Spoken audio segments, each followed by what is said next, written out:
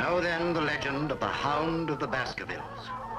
Take heed, and beware the moor in those dark hours when evil is exalted, else you will surely meet the Hound of Hell, the Hound of the Baskervilles.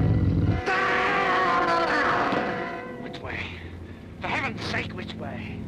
The greatest story ever written by one of the world's greatest storytellers, Sir Arthur Conan Doyle's classic masterpiece of mystery, suspense, and horror, The Hound of the Baskervilles. Some revolting sacrificial rite has been performed. What depths a human being can sink to. What human being could have done this? That is precisely what I intend to find out. But how can you be so certain that somebody took one of the bishop's spiders and deliberately placed it in Sir Henry's room?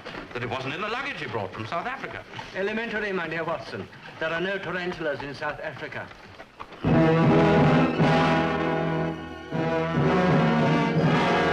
What do you want me to do? Identify anything I may find. Strange things are to be found on the moor. Like this, for instance.